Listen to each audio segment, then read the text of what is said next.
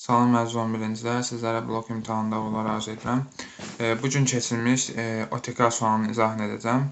Deməli, başlayaq 31-ci sualdan. 1903-cü ildə Tiflisdə nəşr edilən Şərqi Rus adlı qəzetin redaktoru olmuş Azərbaycan ziyalısını müəyyən edin. Bu Şaxtarxanskidir. Ki, Şaxtarxanski Bakıda ilk milli qiraətxana yaratmışdı. Bu səhvdir. İlk milli qiraətxana 1894 Nərimanov tərəfindən yaradılmışdı. Azərbaycan Xalq Cümhuriyyətinin son iki hökumət kabinetində başçılıq etmişdi. Bu səhvdir. Bu Nəsibbəy Yusufbəyli idi. Xüsusi Cəmi Qafqaz Komitəsində Azərbaycanı təmsil edən Məmməd Yusuf Cəfərov idi. İkinci Dövlət Dumasının deputatı olmuşdu. Bəli. D bəndi olacaq. Vibar bəyannaməsi imzalayandan Topçu Başoğlu'dan Ziyyət xanlı idi. Onun üçün Y bəndi səhvdir. Cavabımız olacaq D bəndi. 32-ci sual. Birinci Dünya müharibəsi dövründə Osmanlı İmperiyasında mübarizə aparmamışdı. Osmanlı İmperiyası mübarizə aparmayan olur. Zavqaziya Seymindən aparmışdı. 1918-ci mart aylarında. A-nı atarıq. Bolqarıstanla aparmamışdı. Bolqarıstanla mübarizəsi yoxdur. Cavab B bəndi olacaq. Bakı Xalq Komissarları Sovyetindən mübarizə aparmışdı. Osmanlı ordusu Qafqaz ordusu adından AXC ordusuna birlikdə həm Bakı Xalq Komissarları Sovyetindən mübarizə aparmışdı, həm Gürcüstanla mübarizə aparmışdı Borçalı döyüşlərində, həm də Bakını azad etmək üçün Sentro-Kaspi diktaturasından mübarizə aparmışdı. Bunun üçün bilmək üçün AXC mövzusunu bilmək lazımdır. Yəni o hissələri. Burada AXC mövzusundan əvvəlki hissələri. Yəni Birinci Dünya müharibəsini siz açsaz, baxsaz 1914-18-də bunlarla mübarizə aparması yoxdur. Amma AXC olan hissədə var. Və Osmanlıla bağlı olan, Türkiyələ bağlı olan bütün imtahana az qalıb artıq. Onları təkrarlayın. Yəni onunla bağlı sual düşəcək. Deməli 33-cü sual. Uyğunluğu müəyyən edin. Eramızdan əvvəl 3-cü əsrin 2-ci yarısı, yəni eramızdan əvvəl 250-dən 200-ə qədər olan illəri soruşur bizdən. Azərbaycan, Atropateni və Albaniya dövləti, Roma İmperiyası. Baxın, keçən dəfə tez izah eləmişdim, belə bir məsələ var idi. İmperiyaçı atırıq. Çünki 3-cü əsrdə eramızdan və 250-ci illərdə Roma İmperiyası yox, Roma Respublikasıdır. A yanlışdır. Selevki dövlətindən asılı vəziyyətə düşməsi. Bəli, bu düzdür. Eramızdan və 223-cü ildə. Bariyak üsyanı ümumiyyətlə Atropateni dövlətinə aid deyil. Onun üçün burada cavab olacaq B. A-la C-ni atarıq. Albaniya dövləti. Yerli hökmdarlara aid pulların kəsilməsi. Bəli, bir də cavab olacaq A bəndi. Yerli hökmdarlara aid pullar kəsilirdi. Deməli, 1-ə B-dir, 2-ə də A olacaq, C bəndi olacaq. Roma İmperatoru Adrianın dostluq əlaqəsi eramızın 2-ci əsridir. Onun üçün səhvdir. Feodal münasibətlər də eramızdan əvvəl ola bilməz. Yanlışdır. Almaniya müttəfiqi Osmanlı dövlətinə qarşı xain addım ataraq Sovet Rusiyası ilə gizli saziş bağladı. Almaniya hökuməti gizli sazişə əsasən müəyyən qədər neftin müqabilində Bakını Azərbaycan Osmanlı qoşunlarına qorumağa bağlı öhdəlik götürdü. 1918 avqust. Bu AXC ilə bağlı olan suallar çox gəlir. Bu sınaqda çox ola bilər. Amma imtahanda düşünürəm ki, bu formada düşməz. İmtahanda maksimum bir belə inteqrativ sual düşə bilər. Amma burada nəsə OTK sınağında bir-iki sualda bu formada yer veriblər. Burada bu proseslərin nəticəsində nə olurdu? Sovet Rusiyası Bakıda hakimiyyət tam bərpa etmək istədi və hakimiyyətini bərpa edə bilmirdi. Cavab olacaq A bəndi. Deməli, burada deyir ki, Almaniya hakimdarları AXC hökumət üzrə öz tərəfinə çəkməyə xeyir çəkə bilmirdi. Belə bir şey yox idi. AXC hökuməti iç siyasi böhran baş vermirdi. Yəni bu əlaqəsi yoxdur. İngiltərə qoşunlarının Konla, Denselin Bakı şəhərlərinə keçirdi. Xeyr. Bakıda fəaliyyət göstərən Xalq Komissarları Sovetinin hərbi qüvvələr xeyli möhkəmləndi. Bu da səhvdir. Deməli, 35-ci sual. Yeni iqtisadi siyasət haqqında proqram irəli sürdü. Vyetnam müharibəsini başa çatdırdı. Bu kim idi? ABŞ prezidenti Richard Nixona aid olacaqdır. 36-cı sual. 2023-cü ildə lokal antiterror əməliyyatından əvvəlki dövrdə baş vermişdir. Şuşada Dünya Azərbaycanların 5-ci qurultayı 2022-dir. Baxırıq ki, antiterror əməliyyatları 2023-dür, bu da 22-dir. Cavab A bəndə olacaq. Xocalıda memorial kompleksin tikilməsi 2024-dür. Rusiya Sülhməramlıların Qarabağ İqtisadi rayonundan çıxarılması 2024-dür. Ayını öyrənməyinizə ehtiyac yoxdur bu dövrün olan hadisələrin. Xankərində Zəfər paradının keçirilməsi 2023-dür. Baxın, fikir verirsə heç biri uyğun gəlmir. Çünki əvvəlki biz tapmalıyıq. Böyük qayıdış çərçivəsində Şuşaya köç 24-dür. Bu da aid olmayacaq. Cavab burada nə olacaq? A bəndə olacaq 36-da. Deməli, 37-ci sual. Şah Abbas Nadir xan Əfşara aid oxşar cəhətlər. Əgər xansa, Səfəvilərdə olduğu dövrü soruşur. 1726-1736. Xan yox, şah yazılsaydı, Əfşar dövrünə aid olan soruşurdu. Şah Abbasla Nadir xan Rusiya ilə diplomatik əlaqələr saxlamışlar. Bəli, saxlamışlar. Şah Abbas da saxlamışdı Rusiya ilə diplomatik əlaqələr. Nadir xanda da var idi. Məsələn, o Rəşid müqaviləsini, daha sonra Gəncə müqaviləsini deyə bilərik. Bir düzdür. Səfəvilər dövlətinin sərhədlərinin bərpa edilməsi, bəli, Şah Abbas da bərpa etmişdi 1622-23-də, Nadir xan da bərpa etmişdi 1135-də. 1-dən 2 olacaq cavabımız. Xorasan Şeybalarını azad etməsi Abbasa aiddir, götürmüş, Nadir xan Əfşara aid deyil. Mərkəzi Təbriz olan Azərbaycan Bəylərbəyinin yaradılması. Bax, mərkəzi Təbriz olan Azərbaycan Bəylərbəyini yaratmış Nadir xan yox, Nadir Şah. Onun üçün bu səhvdir.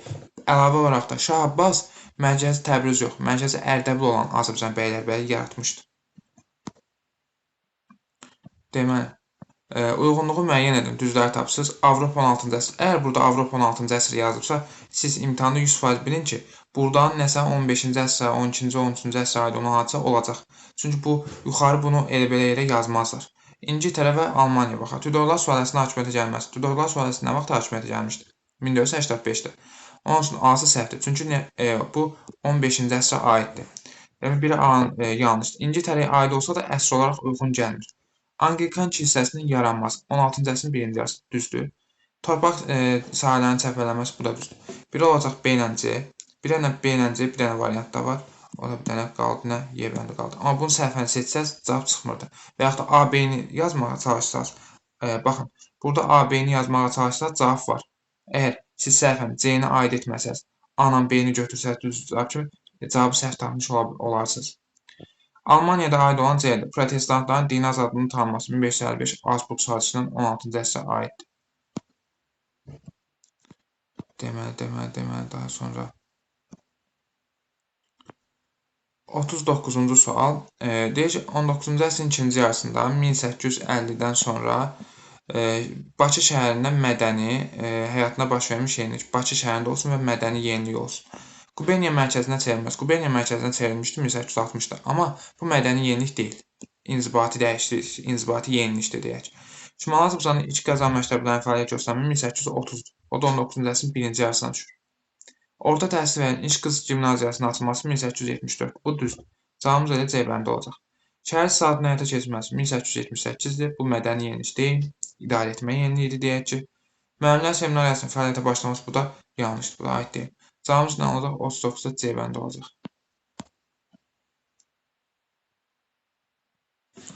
40-cı sual.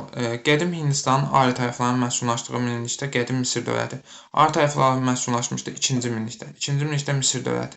Yuxarı Misir padşahı tərəfindən vahid dövlətə birləşmişdi 4-cü minilliyin sonudur. Makedoniya imperiyasının yürüşdə məruz qalmışdı 1-ci minillikdə. Eramızdan əvvəl 332-dir. Hitlerlə Kadeş sülhü. Cavab olacaq C bəndi. Eramızdan əvvəl 1286-cı ildir. Romanın əyalətinə eramızdan əvvəl 30, paytaxtın Memfis şəhərinə köçürülmüşdü. Memfis şəhərindən köçürülmüşdü. Fil şəhərinə bu 2-ci minillikdir. Amma burada Memfis şəhərinə yazdığı üçün bu da yanlış olacaq. Sonra 41-ci sual. Rusiya hökmdarı Pyotrun deyək, həyata keçirdiyi islahatların nəticələrindəndir. Daimi nizami ordu və ilk hərbi donanma yaradıldı. Düzdür. A bəndi düzdür. Digər variantlara baxaq. Zadəganlar imtiyazlı təbəqəyə çevrilməsini rəsmiləşdi. Bu məclis qanunnaməsinə idi 1649-da. Onun üçün bu yanlışdır. Qanunverici və məhkəmə səlahiyyətinə aid olan kollegiyalar. Bu yanlışdır. Kollegiyaları yaratmışdı Pyotr, amma bu qanunverici deyildi. Məhkəmə deyildi. Onun üçün kollegiyalar nazirlik kimi bir orqanlar idi. Onun üçün C səhvdir. Xaricdən gətirilən məhsulların gömrük rüsumu azaltmırdı, artırırdı. Proteksionist siyasət yeridirdi. Onun üçün bu da yanlışdır. Dövlət idarəçiliyi kilsənin ümumi nəzarətinə verildi. Dövlət idarəçiliyi, yəni Pyotr deyir ki, dövləti idarə etsin kilsə. Bu düzdür? Yox. Orada belə bir cümlə var ki, kilsəni dövlətə tabe etdi. Bax, bu cümlə oxşuyur təxmini olaraq. Amma ki, cümləni biraz analiz edən görür ki, burada məna tam başqadır Y bəndində. Onun üçün burada da cavab A bəndi olacaq. Deməli, 43-cü sual. Təbrizdə 1979-cu ildə 29 bəhmən üsyanı baş vermişdi. Deyək ki, bu üsyan kimə qarşı? Qacar və İngiltərə hökumətinə qarşı səhvdir. Həmin dövrdə qacalar yox idi. Qacalar 1925-də getmişdilər, Pəhləvilər gəlmişlər. İkinci Dünya müharibəsi bu 1979 hadisələrinə aiddir. Burada Pəhləvi monarxiyasına qarşı 3 olacaq cavabımız. Yalnız 3 Y bəndi. 2. İkinci Dünya müharibəsində Cənubi Azərbaycanın hərbi müdaxilə etmiş SSR qoşunlarına qarşı SSR çıxmışdı, artıq həmin vaxt yox idi. 45-ci ildə olanlardır bu hadisələr. Rıza Şahın hərbi polis rejimində 1941-də iflas etmişdi. Rejiminə qarşı deyildi. Burada cavab 3 olacaq Y bəndi. Neolit və enolit dövrlərindən fərqli olaraq Tunc dövründə insanların həyatında baş verən yenilik. Tunc dövrünə aid olan seçsiz. Yəni Neolit enolit dövründən fərqli olsun, amma bir dənə Tunc dövrünə aid olsun. İnsanların duluzçuluqla məşğul olması Neolitdə yaranmışdı, bütün dövrlərdə olmuşdu. Bir oxşarlamışdı, biri artıq. Üzümçülük və şərabçılığın yaranması, bəli, Orta Tunc dövrü 2, əvvəlki dövrlərdə olmayıb. İstehsal təsərrüfatı mövzu olması əvvəldə var idi, üstə səhvdir. 2 ilə 4 olacaq. Əmlak bərabərsizliyin dərinləşməsi Tunc dövründə olacaqdır. Şirvanşahlar dövlətinin cədvəldə verilən dövlətlərdən ümumi cəhətlərini müəyyən edin. Qaraqoyunlu dövləti və Ağqoyunlu dövləti. Şirvanşahların Qaraqoyunlu və Ağqoyunludan ümumi cəhətlərini tapırıq. Teymurilər dövləti ilə mübarizə aparması. Bəli, Şirvanşahlar da Teymurlərlə mübarizə aparmışdı. 1405-ci ildə Kürsali döyüş. Qaraqoyunlular da Teymurlərlə mübarizə aparmışdı. A düzdür. Cəlair dövlətindən asılı vəziyyətə düşməsi. Şirvanşahlar Cəlairlərdən asılı vəziyyətə düşmüşdülər 1367. Amma Qaraqoyunlu dövləti Cəlairlər dövlətindən asılığa düşməmişdi. B səhvdir. 16-cı əsrdə süqut etməsi. Şirvanşah 16-cı əsrdə süqut etmişdi. Qaraqoyun isə 1468-də süqut etmişdi. 15-ci əsrdə. C-də səhvdir. Deməli, 1-ə B ilə C səhv olsa, bu variantları silərik. Cavab qalacaq bir dənə Y bəndi. 2-də də nə olacaq? Deməli, Qızıl Ordu dövlətinin hərbi yürüşlərinə məruz qalması. Şirvanşahları götürə bilərik hardasa. Amma nədir? Ağqoyun dövləti Qızıl Ordunun hərbi yürüşünə məruz qalmayıb. Hakimiyyətin Şərqi Gürcüstana yayılması doğrudur. Hər ikisi Şirvanşahlar 1407-də, Ağqoyun dövləti isə 1477-də Uzun Həsən dövründə Şərqi Gürcüstanı yayılmışdı hakimiyyətin. Səfəvilər dövlətinin tərəfindən süquta uğradılması. Ağqoyunlar 1503-cü ildə, Şirvanşahlar 1538-ci ildə süquta uğradılmışdı. Cavab olacaq Y bəndi. 45-ci sual. Səfəvər dövlətinə aid hadisə nəticələrini düzgün. 1587-ci ildə saray çevrilişinin baş verməsi. Məhəmməd Xudabəndə hakimiyyətdən uzaqlaşdırıldı. Bu düzdür. Və Şah Abbas gətirildi. 1591-ci ildə Təbrizdə Osmanlı əleyhinə üsyan baş verib. Şərqi Anadoluda Cəlallilər hərəkatının başlamasını, xeyr, daha öncədən başlamışdı bu hərəkat. Onun üçün 2 səhvdir. 2-nin səhv olduğunu bilərək bu variantları çıxarıq. Bir dənə variant qaldı. 1-in 100% düz olduğunu bilərək C bəndini seçə bilərsin. O digərlərinə də baxaq. 1635-ci ildə Sufyan döyüşündə Səfəvərlərin qalib gəlməsi. Bu düzdür. Osmanlı dövləti mənət müqaviləsi yox, sərəf müqaviləsi olmalıdır. Onun üçün bu səhvdir. 4. Şah Abbasın 22-23-cü illərdə hərbi əməliyyatlar aparması. Bağdadda daxil olmaqla Ərəb İraqın Səfəvər dövlətinə birləşməsi. Bəli, doğrudur. Cavab nə olacaq? 1 ilə 4 olacaq.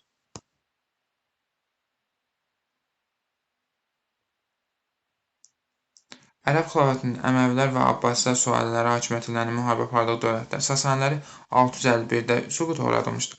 O da ilk xəlifələr dövründə idi. Onun üçün bir səhvdir. Bizans düzdür. də Xəzər düz olacaq burada. 2 ilə 3 D bəndi. Elə suallar var ki, Uyğurlarla məsələn ərəblərin müharibəsi olmayıb. 4 ümumiyyətlə səhvdir. Axunda nədir? Axunda ərəblərlə müharibəsi olmayıb.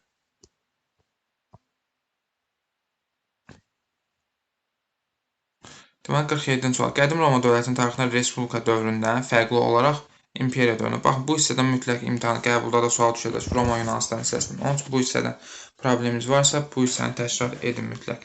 Hətta ikinci qruplara falan situasiya sualı da düşə bilər. Üçüncü qruplara da düşə bilər. Roma mövzusuna, Yunanistan mövzusuna. Çünki o mövzular belə deyək də, biraz qarışıq mövzulardır. Parfiya dövləti üzərində qələbə qazanmışdı. Bu hər ikisi üçün oxşardır. Roma Respublika dövründə də Parfiya üzərində qələbə qazanmışdı. Eramız əvvəl 38-ci ildə Azərbaycan tarixinə baxsaq orada görürük. O döyüş var. Döyüşün adı olması da özü var. 38-ci il döyüş. 53-də məğlub oldu Roma Respublika dövründə. Amma 38-ci ildə qalib gəldi. Və həmçində ki, imperiya dövründə də Mark Trayan gedib Parfiyanın paytaxtı Tesonu tutmuşdu. Möhkəmlənmə bilməsə belə tutmuşdu. Onun üçün bir nədir oxşardır. Amma bizdən nə soruşur? Fərqli soruşur. Bir yanlışdır. Biri silərik. Xristianlığa çıxıb ibadət etməyə icazə verir. Bu düzdür. Bu imperiya dövrünə aiddir. 313-cü ildə və yaxud 4-cü əsrdən. Kiçik Asiyada bir sıra ərazilər ələ keçirmişdi. Bu hər iki dövrə aiddir. Hər iki dövrdə Kiçik Asiyada ərazilər ələ keçirmişdi. 3 də səhvdir. Cavab olacaq 2 ilə 4. Qulların öldürməsinin qadağan edilməsi Adrian dövründə 2-ci əsrə düşəcəkdir. Daha əvvəl olmuşdur. İngiltərədə ikinci parlament islahatının keçirilməsi 1867. Monroe doktrinası 1823 ABŞ-da. Fransada ikinci imperiyanın yaranması 1852. Prusiya Sadova döyüşünə qələbə qazanması 1866. San Stefano sülhü 1878. Deməli burada daha öncədə isə cavab olacaq B bəndi olacaq. Eyler-Venn 11-13-cü yüzün işlərdə Azərbaycan şəhərləri Gəncə şəhəri və Naxçıvan şəhərini verir. Şəddadilər dövlətinin paytaxtı olması. Şəddadilər dövlətinin paytaxtı olması Gəncəyə aid olacaq. 11-ci əsrdə paytaxt olmuşdur. Xərcəmşahlara qarşı üsyanın baş verməsi. Xərcəmşahlara qarşı baş verməsi üsyan, bu həm 13-cü əsrdə 1231-də Gəncədə bəndə idi, amma Naxçıvanda, Mənətdə, Xoyda, o şəhərlərdə də üsyanlar var idi. Onun üçün 3-ə geçək B. Oxşar geçək B. Monqolların yürüyüş zamanı dağıntılardan xilas olması bu aid olacaq Gəncəyə. Gəncədən Təbriz dağıntılardan xilas olmuşdur. Yəni, biri AC-dir, 2-yə D-dir, 3-ə də B-dir. Naxçıvanda D olacaq sadəcə. Yusif bin Küçəyə türbəsinin tikilməsi. Cəlalə dövlətinin paytaxtı bir Təbriz olmuşdur. Ümumiyyətlə, Cəlalə dövləti yaranmışdır 1340-cı ildə, 14-cü əsrdə. Onun üçün Y ümumiyyətlə yanlışdır, heç birinə aid deyil.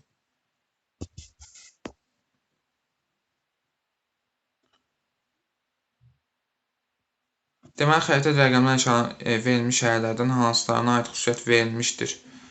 10-cu əsrin birinci yarısında paytaxt şəhəri olmuşdur. 10-cu əsrin birinci yarısında paytaxt şəhəri olmuşdur. 1. Məsələn, Şamaxın deyə bilər ki, paytaxt şəhəri olmuşdur. Daha sonra bir müddət aralarında məzələrdən iqamətgah olmuşdur Gəncə. 2. Sazilər dövlətinin ilk paytaxtı olmuşdur Marağa. 5. 1, 2, 5 olacaq cavabımız. 5, 6-cı əsrlər tarixindən fərqli olaraq 7, 8-ci əsrlər tarixi. Bilirsiniz, çünki birdə də Sasanilər də 510-cu ildə daxili müstəqilliyə son qoymuşlar. Bir onun üçün yanlışdır, bir oxşardır, amma bizdən fərqliləri soruşur. İrsi və şəhər torpaq mülkiyyətlərinin mövcud olması, bu da oxşardır, bunu da silinir. 1 də oxşardır, 2 də oxşardır. 3 Bərdənin paytaxt şəhər olması. Bərdənin paytaxt şəhər olması da oxşar olacaq. Həm Sasanilər dövründə 457-ci ildən sonra paytaxt olmuşdu Albaniya, həm də 7-8-ci əsrlərdə paytaxt şəhəridir. Mehranilər sülaləsi tərəfindən idarə edilməsi fərqlidir. Sadəcə 630-705 bu dövrə aiddir. Cavab olacaq yalnız 4 A bəndi.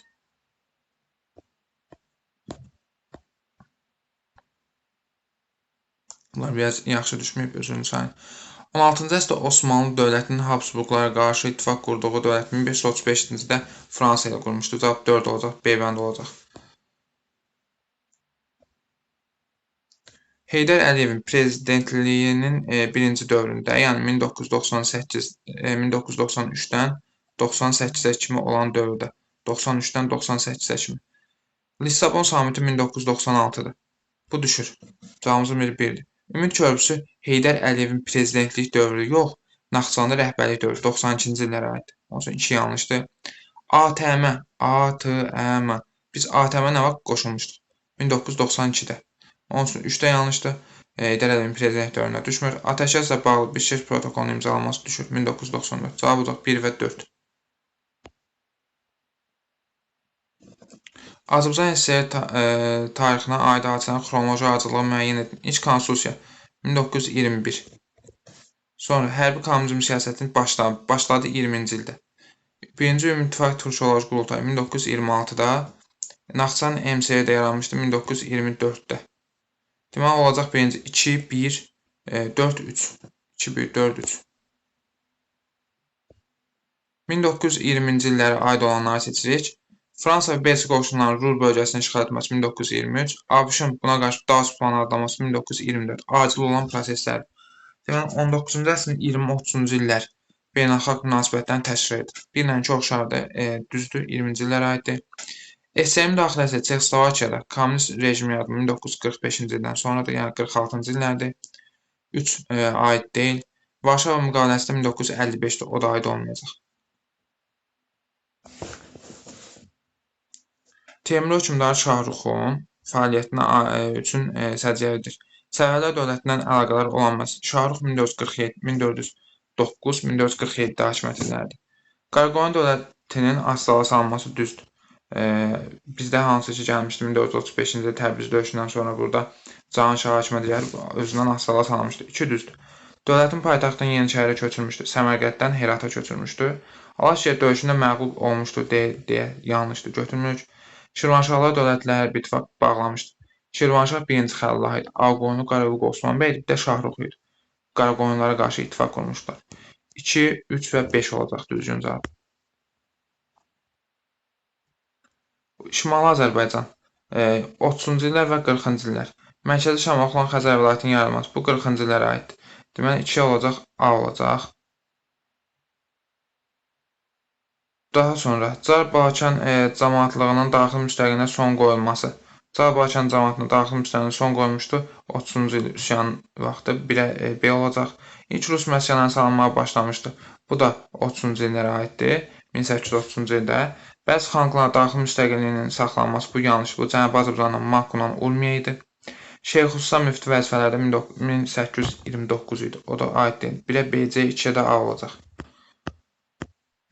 Deməli deyir ki, 1-ci Rus Qacarlar müharibəsi dövründə Rusiyanın Cənubi Qafqaza irəliləyişi İngiltərənin geosiyasi maraqlarına ciddi təhdid yaradırdı. Bəli. Lakin həmin dövrdə Napoleon Avropada apardığı işğalçılıq müharibələri bu məsələni arxa plana keçirdi. Buna görə də Napoleona qarşı qurulan yeni koalisiyada İngiltərə və Rusiya eyni cəbhədə yer almalı oldu. Sonradan Avropada dövlətlərarası münasibətlərdə siyasi vəziyyətin dəyişməsi Fransa ilə Rusiya arasında yaxınlaşmaya gətirib çıxardı. Bu vəziyyət İngiltərə hökumətini Qacar dövləti ilə əlaqələrini daha da gücləndirməyə sövq etdi. Nəticədə İngiltərənin göstərdiyi maliyyə hərbi dəstəyi Qacar qoşunları 8-9-cu illərdə aparılan hərbi əməliyyatlarda nisbi üstünlük əldə etməsinə şərait yaratdı. Birinci abzasda bəhs olunan koalisiyanın işini çətinləşdirən amillərdən birini yazın. Deməli, Tilsit sülhünə əsasən Rusiyanın Fransa arasında müqavilən Tilsit sülhünün imzalanması idi. Və buna əsasən Şərqi Avropanı öz nüfuz dairələrinə böldülər.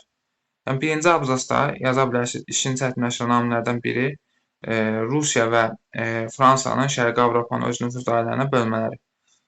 59-da deyir ki, mənbədə bəhs olunan müharibə dövründə Rusiya və Fransa arasında imzalanmış müqavilənin adını yazın. Elə müqavilə Tilsit sülhüdür. Tilsit sülhünün şərtinə əsasən Şərqi Avropa, Fransa və Rusiya arasında öz nüfuz dairələrinə bölünürdü. Bu da İngiltərənin işini çətinləşdirirdi. 60-da deyir ki, müharibənin son cümləsinə əsasən Qacarlar ordusunun əldə etdiyi uğurların ikisini yazın. Yəni 1889-cu ildə Qacarlar uğur əldə etdilər. Orada Qarabağ döyüşü var idi. Qacarlar qalib gəldilər və nəticədə deyirik ki, Qarabağ döyüşündə Rusiya məğlub oldu, Qacarlar qalib gəldi. Orada hətta Qudoviç göndərib yeni Tormosov gətirdilər. Və həmçinin orada uğurlu bir Qarabağ döyüşü idi. Bir də ki, 1808-ci ildə Rusiya İrəvanı mühasirəyə aldı. Qacar ordusu İrəvan mühasirəsini yardı. Rusları oradan qovub çıxartdılar.